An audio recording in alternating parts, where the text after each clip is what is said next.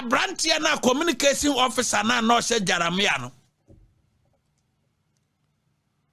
penasem o kan ye na party for no fanye assessment na ye misa se frabera ben ana kwboa nkrofo ano ana o ka da ka kire o mo se nipa sumasi ye mi nipa ana ya ma na nko primary da ben ye open se primary ti kura kwa akokọ so and so timi kwboa nkrofo ano se ye wunti ana MPP anko primaries ana o mo boa mo nkrofo ano so ye be sha atade aba ma nipa huye na mom ni MPP be ye bia no ye be kwa akoka kire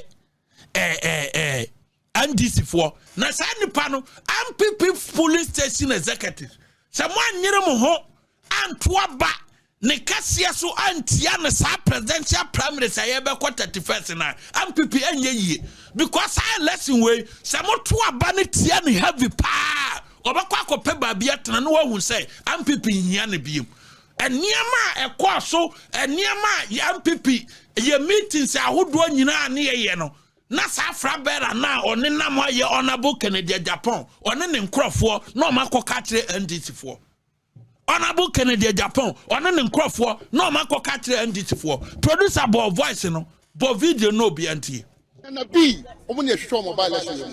Some of these aspects is not troubling given we are waiting for them. We are ready for them. We know the plan they are taking. So we are waiting for them.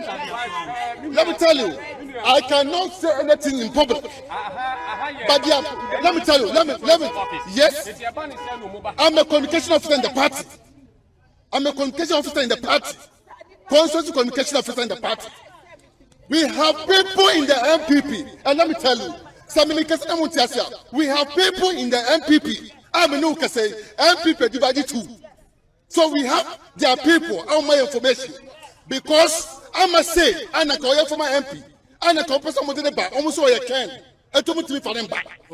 I told me the amount of fat Solomon. I say on the bed by Umia. I know the back. So MPP divided into two. I told me a piano, Yehu. So we are telling you people, BDS, say, I had here, Nippon and South Penny here. We have people in the MPP, and let me tell you. We have people in the MPP. I mean, you can say MPP divided two. So we have their people, all my information. Because I must say, I na call for my MP. I na call someone to the back. Almost all you can. I told me to be for them back. I told me the amount of fat Solomon. I must say on the bed by Umia. I know the back. So MPP divided into two. I don't be a piano, Yehu. Don't be a piano, Yehu. So we are telling you people, BDS, say, I had here, Constituency communication officer in the party. We have people in the MPP, and let me tell you, MPP for something that might be. What to be? MPP for no be my money. Oh, we are so Obodini, Obo Frabera Crodini. Say, I must say, crop for some way Kennedy. Until near Kosubiano, MPP is divided into a mote. MPP polling station executives when I'm a constituency executive Muntian you or say Akwatia divided. Now must say Nin crop for some way Kennedy until near Kosubiano mote. Until near Kennedy Quayo constituency and I a fan fail. Or Riano Akase, Nipana ye say until Mamon Kwatwaban in your man. Until 31st January, polling station executives Mumpianamon Tuabana and Nibraso. Obia obema musika bia na esika ne ye wa ban mu esese kode man no wan fama sa aspirant fo no nyina omo frem no bia no ayi omo se ye wo sika mo mra no bia no oba Kennedy sika onya ya eye MPP wo mo ba mo nyina mo ni na mo nto abantia no ukwa wase nofo a regional minister no wo ho Omie office Emma party ni bia benefit. Omie office a bibi bia western north new region. Project ya kwa region no mu western north no enya asenkuma. Project akese party for am benefit ba kokora. Party for kwa akopa bibi wa western north ho a o se hwi ni ho. Oye no bibi bia won kran. Party for nyahwe police station for benefit you.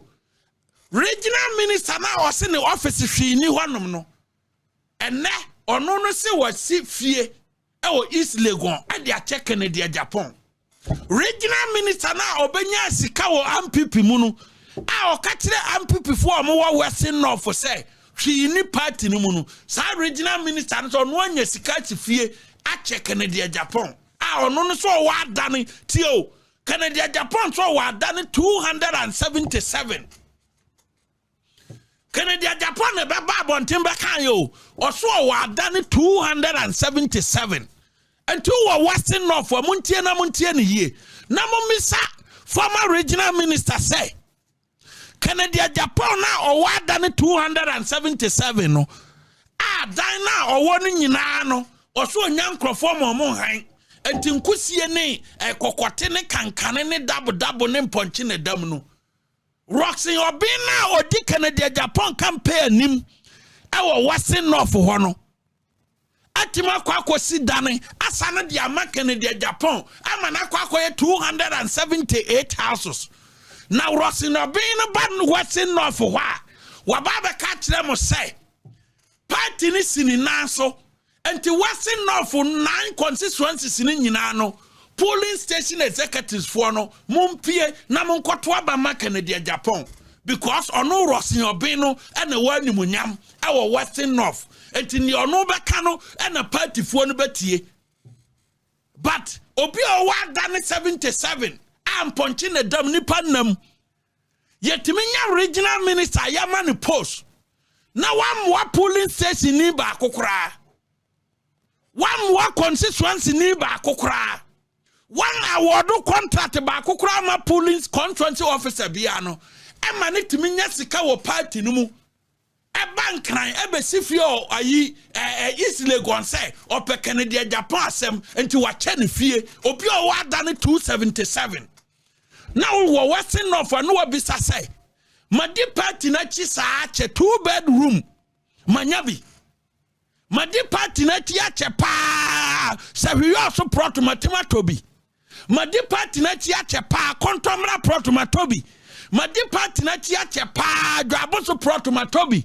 madi party na chi ache pa bia so protomatobi bia East protomatobi bia West protomatobi madi party na chi ache pa bibia ni protomatobi as a polling station na regional minister na ono ne sa Western North ono na ye ogolo no a party ne na ye ne regional minister wa mo obia no wasana kosifio East Legon e dia ma obi o wa dane 277 no wi a wa hura di campaign nim say okwa akoka kire Western North fo say o kire polling station fo no ba bi o mo nto o ma banko na obu mu say enti sa dan no a o si o de ache Canada Agyapong East Legon no se dan no ye 4 million Ghana cedis ya constituency for sen and a 4 million no ye betimi dia invest wo mumu e wo Western North ho polling station executive sen and a 4 million Ghana cedis no ye betimi dia ma o ma ye investment ye wo power no o sika ni ho and na ye wo opposition no sika onya wo power no o de atofie dia ma obi o wa ada ni 277 ye ba sramo Western North fo mo mama ni na ho na regional minister Roxy Obina wa hura di campaign anim a o se Western North de ono kasa na MPP ni bi adafam na ono no de ye dadaba e wo Western North ho no mon kan kire ne say Canada Agyapong were 277 houses. And now, what the another house wakwa kan home na ye 278. MPP Western region. Besides was party Western North was party office in Palma. 2024 elections, you know, as a regional minister, 9 constituencies. Sign na other man 9 constituencies need one more capre. And so nay ni onya free Western North no o se this obi by a president into on the dia chire te say the upper cabinet minister into the onya ya one fan mam no or the abeto fio East Legon am obi o wa dana nipa nam. Can you believe that? enti momo de oba ho na obekasa mu huna oye dada basoronko e wo washing north wo ya basra mo munkanya mo ho ye be pon ano no